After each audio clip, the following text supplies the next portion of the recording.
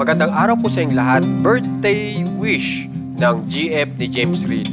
Nadine Lustre ipinakita ang favorite place ngayon. Alamin po natin lahat yan dito sa ating video. Dito po muna tayo kay Isa Pressman na girlfriend po ni James Reid. At meron po siyang napakagandang wish. At basahin po natin.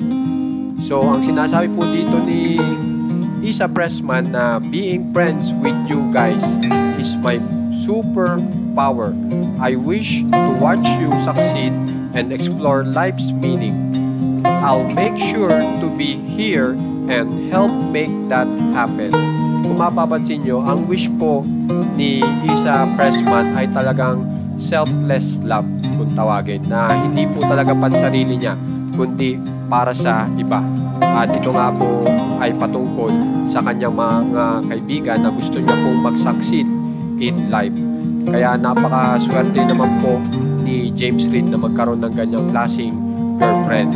At kung mapapansin nyo, ang saya-saya po ni James Reid at ni Isa Pressman sa pag-celebrate ng birthday ni Isa.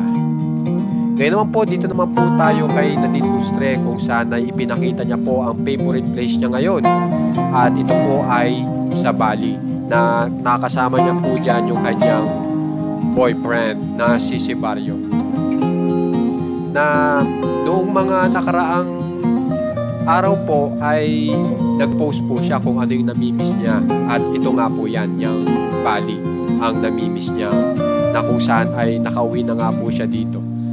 At ito, ipinapakita niya na ngayon itong Bali, Indonesia, na kung saan ay sila ay naggala at saka nag-explore ng naturang lugar.